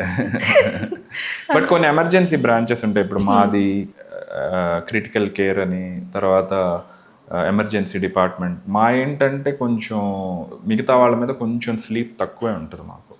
అండ్ మాకు ఓవర్ పీరియడ్ ఆఫ్ టైం అలవాటు అయిపోయింది అది. ఓకే, సో నెక్స్ట్ టాపిక్ వచ్చేసి food, life style and fitness గురించి. తెలుగు ఇళ్లలోనే హార్ట్ హెల్త్ ని నాశనం చేసిన 3 ఫుడ్ హ్యాబిట్స్ ఏంటి డాక్టర్? రైస్ ఎక్కువ తింటాం. అయ్యో, అంటే రైస్ ఎక్కువ తింటాం. మనం చాలా రైస్ని అబ్యూస్ చేస్తామండి. రైస్ అనే కదా, ఎనీ కార్బోహైడ్రేట్. అంటే రైస్ బేసికల్లీ మంచిది చాలా, కాకపోతే క్వాంటిటీ ఈజ్ వెరీ ఇంపార్టెంట్. మనం తిన్నదానికి తగిన వర్క్ చేయం. మనం ఫుల్ మీల్స్ తింటాం, ఫుల్ మీల్స్ తిని నిద్రపోతాం. మనం తినగానే నిద్ర వస్తుంది, కానీ దాన్ని ఎప్పుడు బర్న్ చేస్తాం? మనం చేయం. ఎన్ని ఎక్స్ట్రా క్యాలరీస్ అంతా మళ్ళీ మన లోపల మెటబాలిక్ డ్యామేజ్ చేస్తాం ఉంటుంది. So I would say Telugu ఇళ్లలో బ్యాడ్ ఏంటి అంటే over feeding is bad. Okay. And ఫుడ్ని అదేదో ఫుడ్డే మన ప్రాణంలా భావిస్తాం మనం, యుద్ధంలా భావిస్తాం మనం. ఫుడ్ ఇంపార్టెంట్, రకరకాలు తినాలి, రకరకాలు చేయాలి. కాకపోతే మనం అంటే ఇది తెలుగులోనే కాదు, ఎస్పెషల్లీ మన ఇండియాలో వి గ్లోరిఫై ఫుడ్. ఒక మనిషికి మనం ఎక్కువ తినిపించడానికి ఇష్టపడతాం. చాలు అన్నా కూడా ఆగం మనం. సో మీ క్వశ్చన్ కి ఆన్సర్ ఏంటంటే quantity of food is the biggest problem in Telugu or Indian household. Okay. So కొంచెం తినడం బెటర్ ఎక్కువ కంటే కూడా, లైక్ అంటే 100 grams ఆఫ్ ఎగ్జాక్ట్లీ. మనం తిన్న దానికన్నా ఎక్కువ పని చేయాలి, అంత తింటే చాలు. తినగానే ఎందుకు డాక్టర్ నిద్ర వస్తుంది చాలా మందిలో ఉంటుంది. ఈవెన్ నేను కూడా కొన్ని టైమ్స్ ఫేస్ చేస్తుంటే ఏదైనా ఫంక్షన్కి వెళ్ళినప్పుడు తిన్నాం అనుకోండి, అక్కడ అన్ని types of different types of foods like కనిపిస్తూ ఉంటాయి. సో వెంటనే ఫుల్గా తినేస్తాం, తినగానే నిద్ర వచ్చేస్తూ ఉంటుంది. సో లైక్ ఏంటది? సో బేసికలీ మీరు తిన్న తర్వాత ఫుడ్ అంతా స్టమక్లో ఉంటుందండి, స్టమక్ ఇంటెస్టైన్స్లో. సో బ్లడ్ అనేది బ్రెయిన్కి వెళ్ళకుండా ఎక్కువ ఆ ఏరియాకి వెళ్తుంది. సో అదొక రీజన్. నెక్స్ట్ కొన్ని సెన్సరీ హార్మోన్స్ ఉంటాయి, అవి కూడా ట్రిగ్గర్ చేస్తాయి అనమాట బ్రెయిన్. ఓకే. సో దీనివల్ల కొంచెం నిద్రగా అనిపిస్తుంది మీకు. ఓకే. సో ఈ మధ్య ఎక్కువగా మార్నింగ్ లేవగానే ఒక 2 spoons కానీ 1 spoon కానీ గీ తీసుకోండి, లేదంటే గీ కాఫీ లాంటివి ప్రిఫర్ చేయండి అంటారు. నిజంగా బాడీకి గీ అనేది మంచిదేనా? గీ మంచిది కాదు అని నేను అన్ను, అలానే గీ మంచిది అని నేను అన్ను. Quantity of ghee is important. Okay. So ghee is basically saturated fat. So మనకి అండర్లయింగ్ ప్రాబ్లమ్స్ ఏదంటే కొలెస్ట్రాల్ లెవెల్స్, ఎల్డిఎల్ లెవెల్స్ లేదా అవి ఎక్కువ ఉన్నప్పుడు దెన్ గీ అనేది మంచిది కాదు. అలానే గీ పూర్తిగా అవాయిడ్ చేయాలంటే లేదు, గీ తీసుకోవాలి. ఏదైనా అన్నీ తినచ్చండి నన్ను అడిగితే, కాకపోతే క్వాంటిటీ. ఇప్పుడు మీరు అన్నారు పొద్దున్నే లేవగానే బుల్లెట్ కాఫీ, అది మీరు అన్న దాని పేరు బుల్లెట్ కాఫీ, అంటే కాఫీలో గీ వేసుకుంటాం. ఇప్పుడు దాని గురించి అడ్వకేట్ చేసేవాళ్ళు ask them to show me the evidence. అంటే ఇప్పుడు నేను ఏదైనా మాట్లాడాలి అంటే ఎవిడెన్స్ ఉండాలి. ఎవిడెన్స్ అనేది ఒక 10 మందిలోనో 20 మందిలోనో 30 మందిలోనో కాదు. ఒక డ్రగ్ మార్కెట్లోకి రావటానికి కొన్ని లక్షల కోట్ల మంది మీద స్టడీస్ కొన్ని దశాబ్దాలు చేసి ఇది కరెక్ట్ అంటారు. అలాంటిది వీళ్ళు మాట్లాడే ఇవన్నీ ఎంత ఉంది ఎవిడెన్స్ వాటికి? ఏదో ఒక ఫేమస్ సెలబ్రిటీయో లేదంటే ఎవరో ఒక డైటీషియన్, న్యూట్రిషనిస్టో చెప్పాడు, మనం ఫాలో అవుతున్నాం, అదొక ట్రెండ్ అయింది. బట్ నన్ను అడిగితే until there is evidence I cannot say whether it is good or bad అంతే. కుకింగ్ ఆయిల్ గురించి మీ ఒపీనియన్ ఏంటి? కుకింగ్ ఆయిల్ రీయూస్ చేయటం అనేది మంచిది కాదు.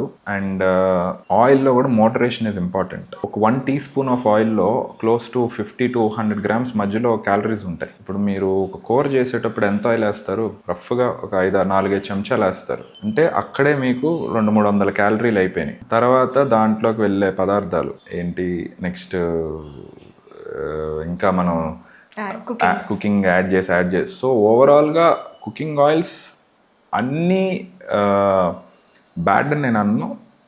బట్ దాంట్లో కూడా రేషియోస్ ఉంటాయి అనమాట. omega-3, omega-6 రేషియోస్ ఉంటాయి. ఆ రేషియో అనేది 2:1 ఉండాలన్నమాట. omega-6 to omega-3. అలాంటి కుకింగ్ ఆయిల్స్ అనేది జనరల్గా they are good. And reuse of oils చేయకూడదు. రిఫైన్డ్ ఆయిల్స్ బ్యాడ్ అని నేను అన్ను, బట్ కుదిరితే అవాయిడ్ చేయండి. అంటే because there are lot of other chemical processes which go into that. But అందరికీ నార్మల్ గానుగ నూనెలు అనేది అవైలబిలిటీ తక్కువ.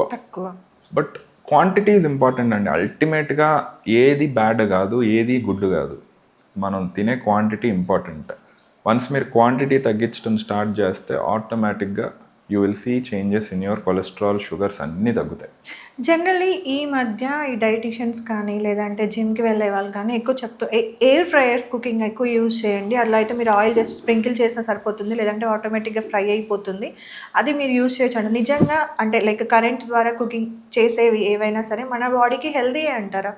So I must confess I don't no, ఎందుకంటే నాకు దీంట్లో ఎక్స్పర్టీస్ లేదు.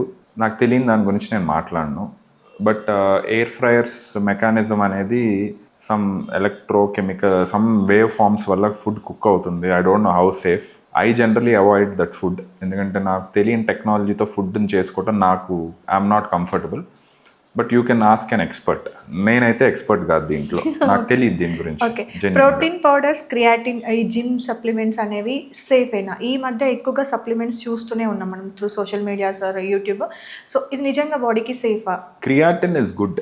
Creatine is time tested and large evidence ఉంది దాని మీద. ఎందుకంటే అది మజిల్ రికవరీకి చాలా ఇంపార్టెంట్, గ్రోత్కి కూడా important. Protein is also very very important. ఒక యావరేజ్ హ్యూమన్ బీయింగ్కి అరౌండ్ 0.8 గ్రామ్ పర్ కేజీ. అంటే ఇప్పుడు మీ బరువు సపోజ్ ఒక 50 కేజెస్ అనుకోండి, మీకు per day almost 40-45 grams of protein అవసరం. సో అది మనం ఎలా తీసుకుంటాం అనేది చూడాలి. అంటే అందరూ వెజిటేరియన్స్, నాన్ వెజిటేరియన్స్ అయి ఉండరు. సో వెజిటేరియన్స్ ఎవరైతే ఉన్నారో, జిమ్కి వెళ్ళే వాళ్ళు కూడా వాళ్ళ అంటే ప్రోటీన్ రిక్వైర్మెంట్స్ కోసం కొంత ప్రోటీన్ తీసుకోవడం is not a bad idea. And the best form of protein according to me is egg. Egg is the cleanest and the best form of protein and widely available. Okay, so ఈ egg అనేది like కొంతమంది normal like boil చేసి తినాలి అంటారు, ఇంకొంతమంది ఆమ్లెట్లా తిన్నా పర్లేదు అంటారు. సో నిజంగా ఎగ్ని ఎలా తీసుకోవడం మంచిది? Boiled eggs are generally okay. Omelette కూడా తీసుకోవచ్చు, కానీ మళ్ళీ దాంట్లో ఆయిల్ ఎక్కువ వేస్తారు మన వాళ్ళు. నిజమే కదా, చాలా ఆయిల్ వేస్తారు. So I would prefer boiled eggs. Coffee, tea అనేవి మన ఇప్పుడున్న హెల్త్ అంటే లైక్ జనరేషన్స్కి నిజంగా హెల్దీ అయినా కాఫీ? ఇంకొక క్వశ్చన్ ఉంటుంది ఇందులో, అంటే ఎంటీ స్టమక్తో మార్నింగ్ లేవగానే చాలా మందికి టీ కానీ కాఫీ కానీ అలవాటు ఉంటుంది. సో అది లేకుండా వాళ్ళు నెక్స్ట్ పనులు ఏవి కూడా స్టార్ట్ చేయరు. ఎంటీ స్టమక్తో కాఫీ కానీ టీ కానీ తాగకూడదు అంటారు. సో ఇందులో నిజం ఎంత ఉంది? ఫస్ట్ ఆఫ్ ఆల్ నేను ఒక న్యూట్రిషన్ ఎక్స్పర్ట్ కాదు, ఆనెస్ట్గా చెప్తున్నాను. నెక్స్ట్ వచ్చేసి మీరు అడిగిన దాంట్లో నేను విన్నది చదివింది ఏంటి అంటే, ఎంటీ స్టమక్లో జనరల్గా ఫస్ట్ లెగవగానే కాఫీ కానీ టీ కానీ మనం ఏం చేస్తాం, ఉట్టి కాఫీ టీ తాగం. కాఫీలో చాలా పాలు పోసి దాంట్లో చాలా షుగర్ వేసి తాగుతాం.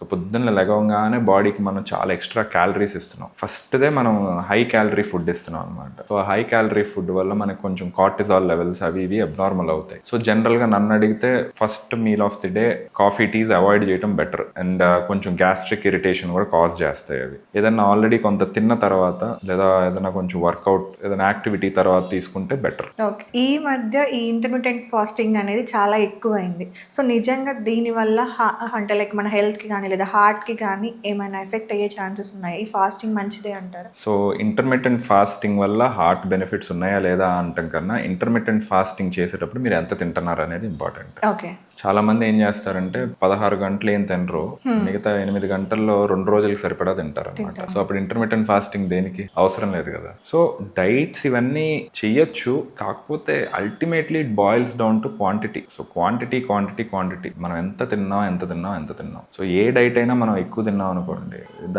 దానికి ఉపయోగం ఉండదు. Quantity is the key. అంతే. ఓకే, రోజుకి ఒక మనిషి ఎంత వాక్ చేస్తే తన హార్ట్ని సేఫ్గా ఉంచుకోగలరు? సో అసలు వాక్ చేయకపోతే మంచిది కాదు.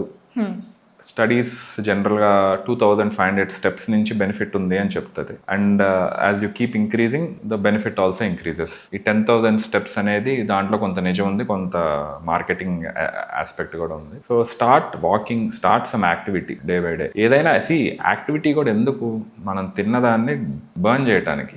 ఏమీ చేయకుండా కూర్చుంటే అంతే కదా, మనం గోడౌన్లో సరుకు పెడుతున్నాం, సరుకుని తీయకపోతే ఏమంటే సేమ్ ఇది కూడా. ఓకే, తినింది అరగాలంటే కంపల్సరీ వర్కౌట్ అనేది చేయాలి. యాంజియోగ్రఫీ అంటే చాలా మందికి భయం. అసలు యాంజియోగ్రఫీ అంటే ఏంటి డాక్టర్? సో యాంజియోగ్రఫీ అంటే మన బాడీలో ఉన్న వెజల్స్ని చూడటం. అంటే వెజల్స్ ఎలా ఉన్నాయి అనేది తెలుసుకోవడానికి యాంజియోగ్రఫీ అనే టెస్ట్ చేస్తాం అనమాట. సో దానికి మనం డై ఇస్తాం అనమాట. బ్లడ్ రూపంలో బ్లడ్తో పాటు మనం ఇచ్చే మెడిసిన్ కలిసి మనకి ఈ ఎక్స్రేస్ తీసేటప్పుడు ఒక నల్లగా కనిపిస్తుంది. సో ఆ కనిపించిన దాంట్లో ఏదైనా అబ్నార్మాలిటీస్ ఉన్నాయో లేదో అనేది మనకి ఈజీగా ఐడెంటిఫై అవుతుంది. దాన్ని యాంజియోగ్రఫీ అంటాం. హార్ట్కి సంబంధించి చేసేదాన్ని కొరనరీ యాంజియోగ్రఫీ అంటాం అనమాట. సో ఇది భయపడాలా లేదా అంటే, జనరల్గా టెస్ట్ అంటే ఎవరికైనా భయమే అండి. ఎందుకంటే అది కూడా కొంచెం లైట్గా స్మాల్ ఇంజెక్షన్ ఇచ్చి చిన్న సూది వేసి అన్నీ చేస్తారు. So any procedure and is little risky. అలాని రిస్క్ అని చేయటం మానేస్తారంటే అది చేయకూడదు. అవసరం ఉన్న వాళ్ళు తప్పనిసరిగా చేయించుకోవాలి. స్టెంట్ వేయాలా, లేదంటే మెడిసిన్ సరిపోతాయా, లేదంటే బైపాస్ చేయాలా? ఈ మూడింటిని లైక్ ఎలా నిర్ణయిస్తారు? సో ఈ మూడింటిని ఎలా నిర్ణయించాలంటే, ఫస్ట్ ఆఫ్ ఆల్ మాలా 3 ఏళ్ళు చదవాలి లేదా ప్రాక్టీస్ చేయాలి. సో అది నిర్ణయించడం అనేది ఒక్క పారామీటర్తో చేయలేమండి. దానికి చాలా అండర్స్టాండింగ్, చాలా థింగ్స్ చూడాలి. పేషెంట్ వయసు చూడాలి, పేషెంట్ ఫిజికల్ ఫిట్నెస్ చూడాలి, బ్లాక్స్ ఎక్కడున్నాయి, ఎట్లా ఉన్నాయి, బ్లాక్స్తో పాటు ఇంకేదన్నా ఉందా, వాళ్ళ ఎక్స్పెక్టేషన్స్ ఫ్యూచర్లో ఎలా ఉండాలి, వాళ్ళు ఎంతవరకు జాగ్రత్త తీసుకోగలరు, ఇవన్నీ కన్సిడర్ చేసి ఆ డెసిషన్ తీసుకుంటాం అనమాట. సో ఒక పర్టిక్యులర్ టు గో అనేది చెప్పడం కష్టం. ఇంకా అన్నీ నేను చెప్తే నా దగ్గరికి పేషెంట్స్ ఎవరు రారు. ఓకే, మీరు IVUS, OCT, FFR వంటి అడ్వాన్స్డ్ ఇమేజింగ్ ఉపయోగిస్తారు కదా, సాధారణ భాషలో వాటిని ఏం చేస్తాయి? సో ఐవాస్ అంటే ఇంట్రావాస్కులర్ అల్ట్రాసౌండ్. ఇప్పుడు మనకి అల్ట్రాసౌండ్లో ఒక ప్రోబ్ పెడితే మనకి లోపల ఏదైనా ప్రాబ్లమ్స్ ఉన్నాయో తెలుస్తుంది. అట్లాగా ఒక చిన్న వైర్కి కెమెరా పెట్టి హార్ట్లో ఉన్న వెజల్స్లోకి పంపిస్తాం. అదేంటంటే అల్ట్రాసౌండ్ వేవ్స్ పంపించి ఫీడ్బ్యాక్ ఇస్తుంది మనకి. దాంతో మనకి ఒక బ్లడ్ వెజల్లో కొలెస్ట్రాల్ ఉందా, కాల్షియం ఉందా, లేదంటే కొలెస్ట్రాల్ ఉంటే ఎంత ఉంది, ఎక్కడుంది, ఎలా ఉంది, ఇలాంటి ఇన్ఫర్మేషన్ క్లియర్గా ఇస్తుంది అనమాట. సో దాన్ని ఐవాస్ అంటాం. ఓసిటీ అనేది ఇన్ఫ్రారెడ్ లైట్, ఇది సౌండ్, అది లైట్. సో రెండు ఒకే ఇన్ఫర్మేషన్ ఇస్తుంది, కాకపోతే డిఫరెంట్ టెక్నాలజీస్. ఇప్పుడు FFR అంటే దట్ ఈస్ సంథింగ్, ఇప్పుడు కొంతమందికి 60% బ్లాక్ ఉంటుంది, స్టంట్ వేయాలా లేదా అనే డైలమా ఉంటుంది. అలాంటి వాళ్ళకి FFR అనే టెస్ట్ చేస్తాం అనమాట. FFR అంటే బాడీకి మనం ఆర్టిఫిషియల్గా స్ట్రెస్ ఇండ్యూస్ చేస్తాం. స్ట్రెస్ ఇండ్యూస్ చేసినప్పుడు మీకున్న బ్లాక్ క్రిటికల్ అయితే మీకు చెస్ట్ పెయిన్ వస్తుంది, క్రిటికల్ కాకపోతే చెస్ట్ పెయిన్ రాదు, లేదా ECGలో వాటిలో చేంజెస్ రావు. సో దాన్ని FFR అంటాం. సో ఇలా ఇవన్నీ అడ్వాన్స్ టెక్నాలజీస్. ఓకే, స్టోన్ లాగా గట్టి పడిన బ్లాకేజెస్ని కూడా సర్జరీ లేకుండా మనం నయం చేయగలమా? 100% అంటే 100% చేయొచ్చు అని చెప్పలేము, బట్ చాలా వరకు చేయొచ్చు. ఇప్పుడు మనకి టెక్నాలజీ అడ్వాన్స్ అయ్యే కొద్దీ డ్రిల్లింగ్ మెషిన్స్ వచ్చినాయి. 1.5 మిల్లీమీటర్ సైజ్ డ్రిల్లింగ్ మెషిన్స్ వచ్చినాయి. అంటే ఇంత ఉంటాయి. ఇలాంటి చిన్న డ్రిల్లింగ్ మెషిన్స్ని బ్లడ్ వెజల్స్లోకి పంపించి ఆ కాల్షియంని క్లియర్ చేయటం, అలా రకరకాల టెక్నాలజీస్ వచ్చినాయి. సో కాల్షియం స్టోన్స్ లాగా ఉన్న బ్లాక్స్ని కూడా ట్రీట్మెంట్ చేయొచ్చు. డ్రిల్లింగ్ మిషన్స్ అనేది బయట విన్నాను, హార్ట్ రిలేటెడ్ కూడా. అంటే ఓకే, ఓపెన్ హార్ట్ సర్జరీ తప్పనిసరి అనుకున్న వాళ్ళు కూడా స్టెంటింగ్తో బాగవుతారా? సర్జరీ ఎప్పుడు స్టంట్ కన్నా తక్కువ అని నేను అన్ను. సర్జరీ అనేది చాలా time tested and it is good. But అలా అని స్టంటింగ్ తక్కువ అని నేను అన్ను. స్టంట్ సరైన పేషెంట్కి సరైన లొకేషన్లో మనం స్టంట్ చేస్తే stents are also doing well. So surgery versus stent అనేది the decision should be left to the doctor and patient. So మీరు అన్నదానికి it's very difficult to say అందరికీ సర్జరీ చేయాలా, అందరికీ స్టంటే వేయాలంటే పేషెంట్ క్యారెక్టరిస్టిక్స్ని బట్టి డెసిషన్ తీసుకోవడం జరుగుతుంది. యాక్చువల్గా స్టంట్ వేయడం అంటే ఏంటి, చాలా మందికి తెలీదు.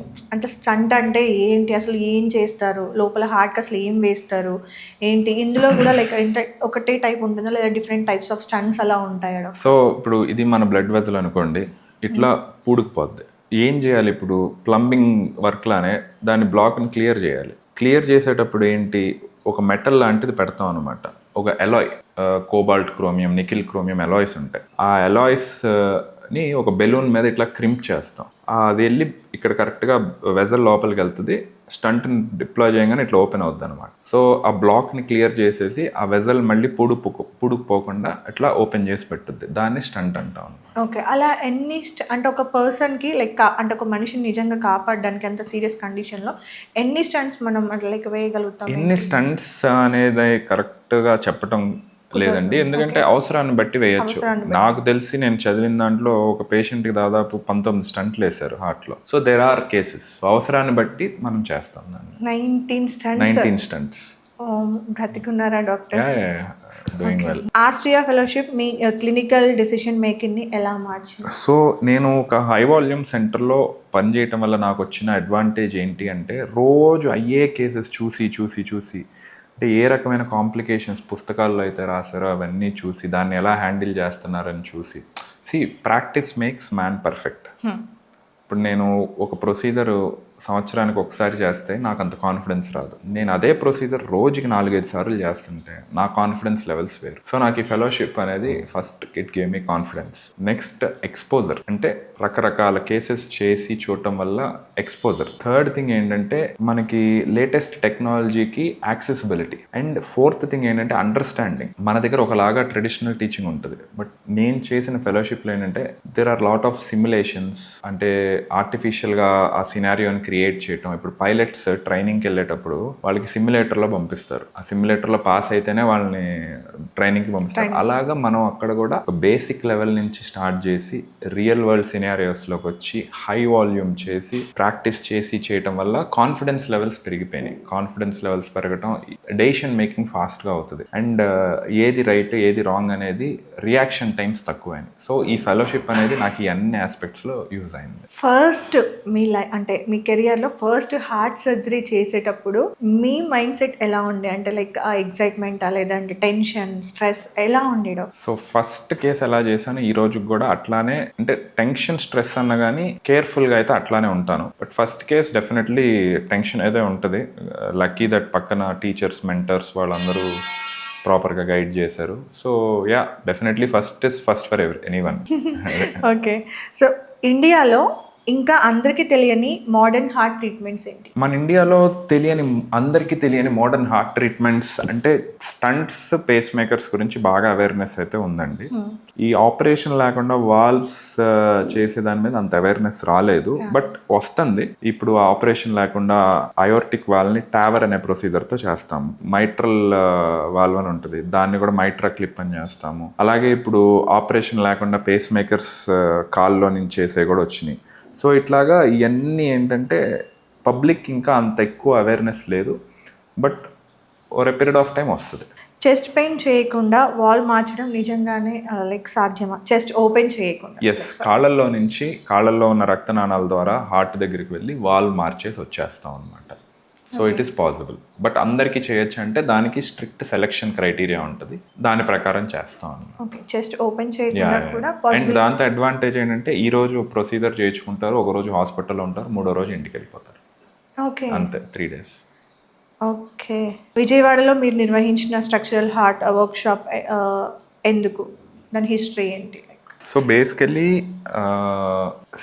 మన దగ్గర ఎడ్యుకేషన్ అనేది, మెడికల్ ఎడ్యుకేషన్ అనేది జనరల్గా అన్ని చోట్ల ఈక్వల్గా లేదు. అండ్ కొన్ని ప్రొసీజర్స్ కొంతమంది కొన్ని చోట్లే చేస్తున్నారు అన్నది అది ఉంది. సో అది తీయటానికి, ఆ గ్యాప్ వైవ్ ఆఫ్ చేయడానికి అందరికీ మనం చూపించాలి, అందరికీ నేర్పించాలి. ప్లస్ అది నా హోమ్ టౌన్ దగ్గర అనే ఒక దాంతో I did that thing. And మంచి రెస్పాన్స్ వచ్చింది, and people were happy that I did that. Okay. Insurance ఆలస్యమైన లైక్ ఫ్యామిలీస్ని చూసారా అలాంటి సిచ్యువేషన్స్ని ఎప్పుడైనా? సో మనం ఒక అడల్ట్ అయిన తర్వాత ఫస్ట్ చేయాల్సిన ఇన్వెస్ట్మెంట్ నన్ను అడిగితే ఇండియాలో ఇన్సూరెన్స్ తీసుకోవటం, హెల్త్ ఇన్సూరెన్స్. ఎందుకంటే హెల్త్ ఇన్సూరెన్స్ లేక చాలామంది సరైన ట్రీట్మెంట్స్ పొందలేక సఫర్ అయిన వాళ్ళు చాలామంది ఉన్నారు. మనం ఐఫోన్స్ కొంటాము, బైక్స్ కొంటాము, లేదా రోజు బయటికి వెళ్ళి తింటాం. అదే అమౌంట్, దాంట్లో 1/4 అమౌంట్ ఇయర్లీ హెల్త్ ఇన్సూరెన్స్ తీసుకుంటే ఏ ప్రాబ్లం వచ్చినా వీఆర్ సేఫ్, అష్యూరెన్స్ ఉంటుంది. ప్లస్ ఈరోజు ట్రీట్మెంట్ కాస్ట్ పెరిగిపోయినాయి. ట్రీట్మెంట్ మీరు ఒక లెవెల్ ఆఫ్ హాస్పిటల్కి వెళ్తే ఇన్సూరెన్స్ లేకపోతే entire generation of that family road మీదకి వచ్చేస్తారు. సో అలాంటి ప్రాబ్లమ్ని అవాయిడ్ చేయడానికి నెలకి 500 పెట్టి ఇన్సూరెన్స్ తీసుకున్నా సరిపోద్ది. సో ఇన్సూరెన్స్ నన్ను అడిగితే ఒక గ్రోన్ అప్ మ్యాన్, ఒక రెస్పాన్సిబుల్ ఫ్యామిలీ పర్సన్ తన ఫ్యామిలీ కోసం చేయాల్సిన first and most important thing health insurance. చాలా మంది ఈ ఒక్క మ్యాటర్లో మాత్రం నెగ్లెక్ట్ చేస్తూ ఉంటారనమాట. లైక్ ఫోన్లు, లేదంటే ఇంట్లో కూడా గ్రాండ్గా పెళ్ళిళ్ళు చేస్తూ ఉంటారు, అన్నిటిపైన ఇన్వెస్ట్ చేస్తారు. బట్ హెల్త్ ఇన్సూరెన్స్ అనేసరికి మాత్రం రేపు చేద్దాంలే, మళ్ళీ చూద్దాంలే అనేలాగా పోస్ట్పోన్ చేస్తూ ఉంటారు. బట్ అది వెరీ ఇంపార్టెంట్, ఎస్పెషల్లీ మన ఇండియాలో. ఈ రోజు భారతదేశంలోని ప్రతి కుటుంబం మిమ్మల్ని ఒక నిమిషం మాత్రమే వినగలిగే మీరు ఏం చెప్తారు అని? దీనికి ఆన్సర్ చెప్పాలి అంటే మోస్ట్ ఇంపార్టెంట్ థింగ్ ఏంటంటే సొంత వైద్యాలు చాలా వరకు అవాయిడ్ చేయండి. వీలైతే దగ్గరలో, అది చిన్న హాస్పిటల్లో, పెద్ద హాస్పిటల్లో, గుండెకి సంబంధించింది ఏదైనా డాక్టర్ని సంప్రదించిన తర్వాతే ట్రీట్మెంట్ స్టార్ట్ చేయండి. అంతేగాని ఈ చిట్కా వైద్యాలు గుండెకి సంబంధించి మాత్రం వద్దు. This is the message I want to convey to public. And ఫైనల్గా నా సైడ్ నుండి ఒక క్వశ్చన్. నిజంగా ఒకవేళ ఫర్ ఎగ్జాంపుల్ నాకే అలాంటి సిమ్టమ్స్ వచ్చినప్పుడు ఫస్ట్ ఇమీడియట్గా నేను ఎలా రియాక్ట్ అవ్వాలి, ఏం చేయాలి? లైక్ మీరు ఇప్పటివరకు చెప్పిన సిమ్టమ్స్ కానీ, లేదంటే ఏమైనా లైక్ అమ్మాయి కానీ లేదా అబ్బాయిలో కానీ అలాంటి సిమ్టమ్స్ ఫస్ట్ మీకు కనుక హార్ట్ ప్రాబ్లం లాగా అనిపిస్తే మోస్ట్ ఇంపార్టెంట్ థింగ్ దగ్గరలో ఉన్న హాస్పిటల్కి వెళ్ళండి. అది చిన్నదో పెద్దదో హాస్పిటల్కి అయితే వెళ్ళి అట్లీస్ట్ బీపీ పల్స్ చెక్ చేయించుకోండి. బీపీ పల్స్ చెక్ చేయించుకున్న తర్వాత అవకాశం ఉంటే ఒక ఈసీజీ తీయించుకోండి. ఈసీజీ నార్మల్గా ఉంటే కొంచెం అష్యూరెన్స్ ఉంటుంది. ఈసీజీ అబ్నార్మల్గా ఉంటే వెంటనే పెద్ద హాస్పిటల్కి వెళ్ళండి. సో సిమ్టమ్స్ని తెలుసుకోవటం అనేది మోస్ట్ ఇంపార్టెంట్ థింగ్. సిమ్టమ్స్ తెలుసుకున్న తర్వాత దగ్గరలో ఉన్న హెల్త్ ఫెసిలిటీకి వెళ్ళటం అనేది next most important thing. So this is the simple thing that you can do. అంతేగాని రేపు వెళ్దాం హాస్పిటల్కి, ఎల్లుండి వెళ్దాం హాస్పిటల్ కానీ నెగ్లెక్ట్ చేయొద్దు. అది. Okay, thank you so much doctor. Thank you. చాలా ఇన్ఫర్మేషన్ ఇచ్చారు ఈ ఇంటర్వ్యూలో. ఎలా అనిపించింది పాడ్కాస్ట్ మీకు? It's very nice. మంచి క్వశ్చన్స్ అడిగారు, కొన్ని చాలా పబ్లిక్ యూస్ఫుల్ అయిన క్వశ్చన్స్ అడిగారు. హోప్ఫుల్లీ మనం ఇచ్చిన సమాధానాలు వాళ్ళు పాజిటివ్గా తీసుకొని వాళ్ళ లైఫ్లో ఏదైనా అంటే ఇలాంటి సందర్భాలు ఏదైనా వచ్చినప్పుడు ఇట్ విల్ బి యూస్ఫుల్ అని నేను ఆశిస్తున్నాను. Yes, thank you so much sir. చూసారు కదా, అది ఈ రోజు మన పాడ్కాస్ట్. చాలా మంది హెల్త్ ఇన్సూరెన్స్ కి సంబంధించి, చెకప్స్ కి సంబంధించి చాలా నెగ్లిజెన్స్ చేస్తూ ఉంటారు కదా. సో ఒకసారి అన్ని విషయాలు పక్కన పెట్టి మీ హెల్త్ పైన మీరు కాన్సన్ట్రేట్ చేస్తే ఇంటిలో ఎలాంటి ఇష్యూస్ అనేవి జరగవు. ఎవరు కూడా ప్రాణాలని కోల్పోయే వరకు సిచ్యువేషన్స్ అయితే రావు. నెక్స్ట్ ఇంటర్వ్యూలో మళ్ళీ కలుద్దాం. Thank you so much.